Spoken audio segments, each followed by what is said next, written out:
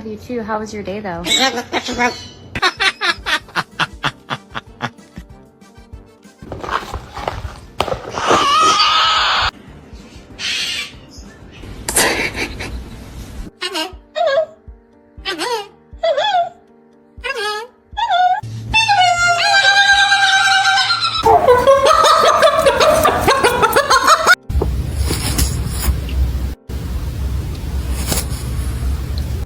Yeah, tell the puppy you love him. I love you. Stop. What are you...